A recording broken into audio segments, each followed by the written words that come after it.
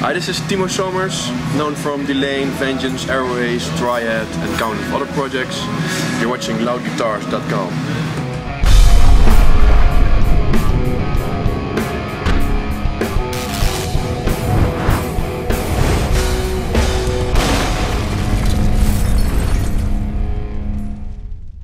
This is Mike Blackburn with loudguitars.com, and I'm here with Timo Somers in Toronto.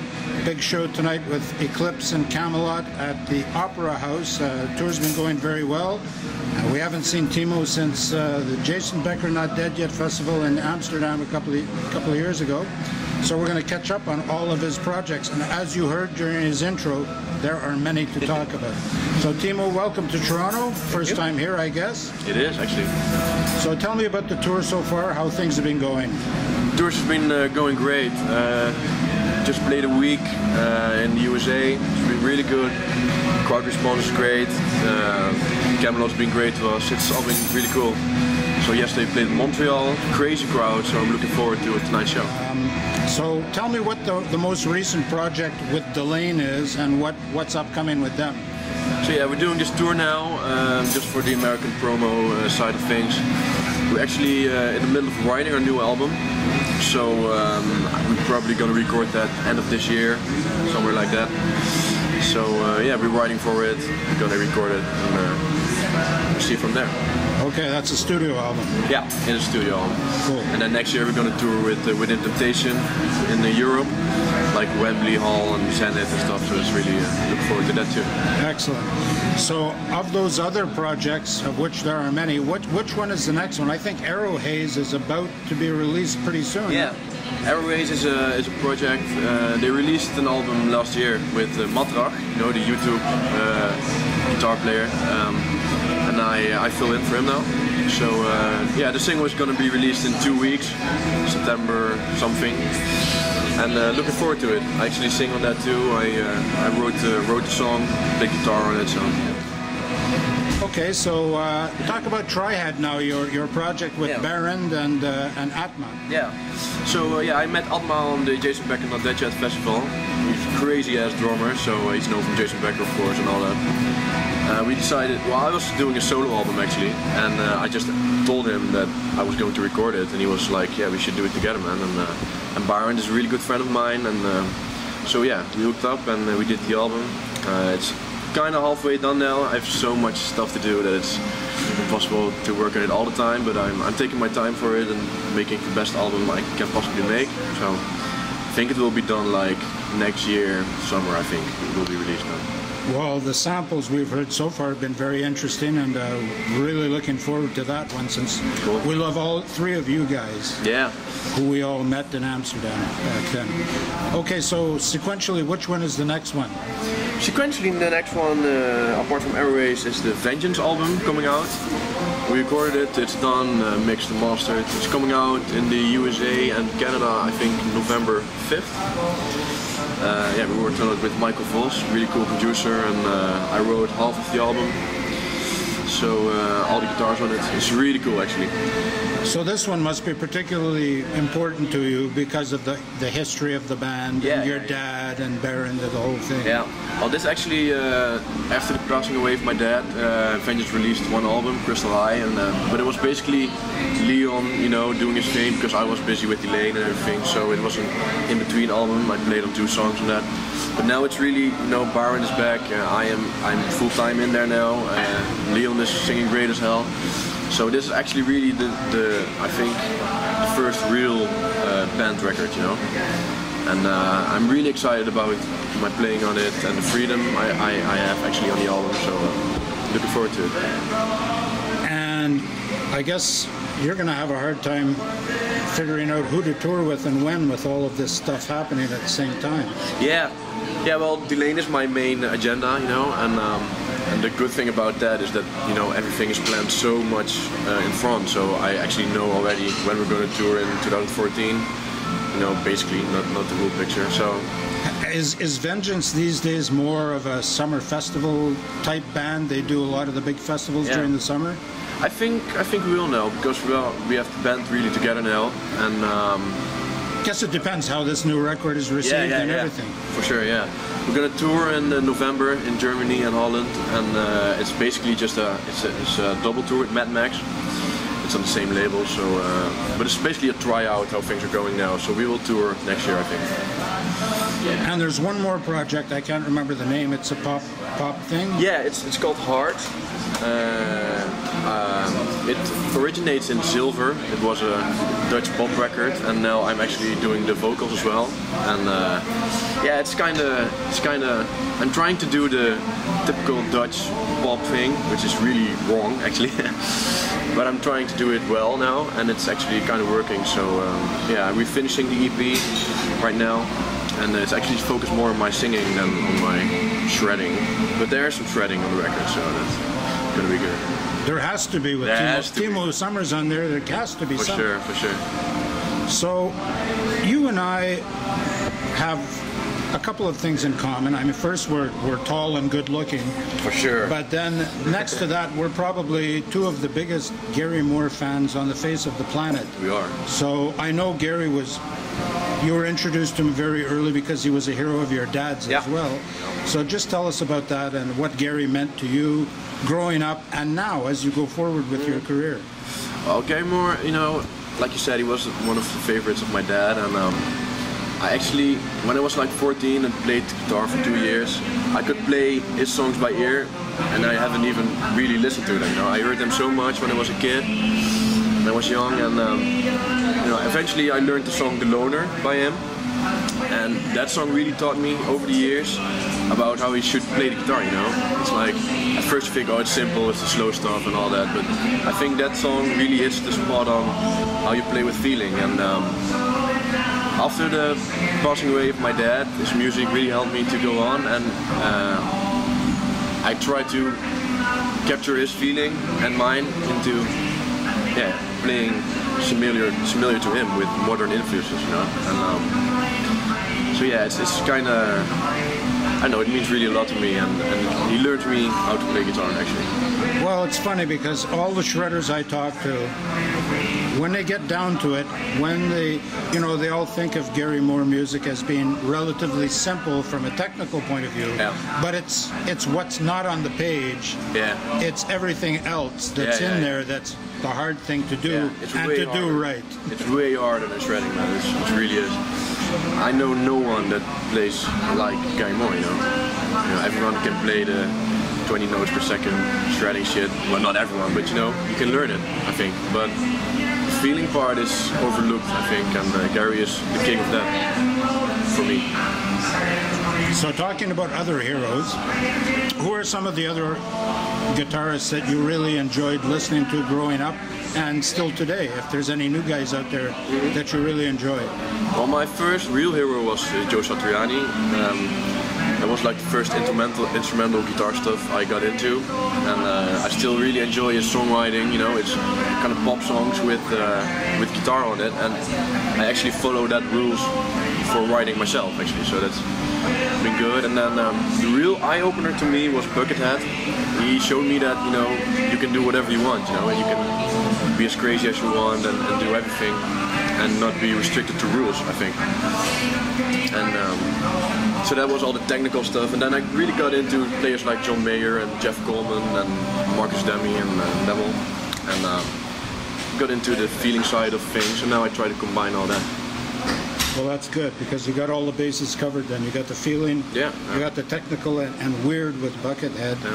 And with Joe, I don't think the reason he's so successful is that nobody else comes up with so many riffs that people can hum, sing. It's vocal lines that he's playing on the guitar with a lot of feeling in his own way. Yeah, for sure, for sure. Now, how about the guys that were part of the Becker Fest? Have you kept in touch with any of those guys? Yeah. I know Andy James, of course. He was a really big hero of mine when I was younger, and still is, of course. We're actually talking about him featuring on my Triad record, so it might be happening. That'd be cool. And I know I love his playing, and we walk into each other occasionally at Messe and probably at NAMM next year. So I really dig him. Daniel Gottardo is great. You know, he's doing his fucking tapping thing like no other. It's really inspiring. And yeah, you know, I kind of like everyone at the Jason Becker Festival. It was really good. How about your countrymen, Joop and Marcel? Yeah, I've known Marcel for years now. He knew my dad pretty well, and I played with him sometimes, and he's great. He's great. He's really hitting the Steve Vai kind of thing, you know. I like. And Joop is like, or how we say it, Joop. It's actually he's crazy with the fusion things. I know. I hope he gets out more often and play on the road, you know, because he really deserves it. I love Joop, and I mean, I knew of Marcel more from his fusion stuff with Lemmer Voice and some of those older bands. Yeah. But it was really eye-opening to me how well he played Jason's stuff. It was incredible. It was almost bringing tears to Laurie Monk's eyes, and that's saying something. Yeah, the cover was insane. It was. Okay, so let's talk a little bit about gear now. Who are your main sponsors these days that you have? My main sponsor is Aristides. It's a Dutch guitar brand. They actually make guitars not from wood. It's like a composite material. It's kind of similar to Parker. Kind of similar, but it's really, I think, more technical. But I don't exactly know how to explain it. But it's really insane, actually. You were with them at Messe last year, right? I was. Yeah. I'm clinicking for them and doing demos and everything. So. When you have time. When I have time, I try to make time for that. Yeah. Okay. How about amplification? So for Delain and tonight, I'm using the Kemper profiling amp. It's this new thing. It's really amazing. I saw it at NAMM last year. Yeah, you can put every amp in it basically, and it captures its sound, and it's great. You can take it with you on an airplane. It's better than XFX. I haven't really experienced XFX a lot, but I know a lot of people who have both, and they seem to prefer the Kemper, especially for live. But can't say much about that. But I think both sounds really good, and it depends on how you mix it and everything. So when you're using something like that, what other effects would you use on stage for a Delain show? Well, on the Kemper there's actually a shitload of stomp boxes and delays and stuff. And basically my rhythm is like a dual rectifier profile with nothing on it. Not even a tube screamer. I use it on the real one, but I don't need it on the Kemper one. And for solos it's just a volume boost, a gain boost a bit, and a really nice stereo delay and a bit reverb, but nothing really fancy. So, before we talk about the strings, does Aristides make a 7-string? Do you have any? They're actually making it right now. The prototype is almost finished. It's a shame I can't bring it on this tour, but for the next tours and albums I'll be using it. I think it will be introduced at NAMM next year, I think. Yeah. So. Would it fit into a Delain type material, a 7-string? Yeah, I'm actually using a 7-string right now. It's like a Les Paul model. It's made by Van Haar. It's a Dutch custom builder, really good. So Delain is in A tuning, so I need a 7-string for my solos and stuff. Okay. So what strings are you using?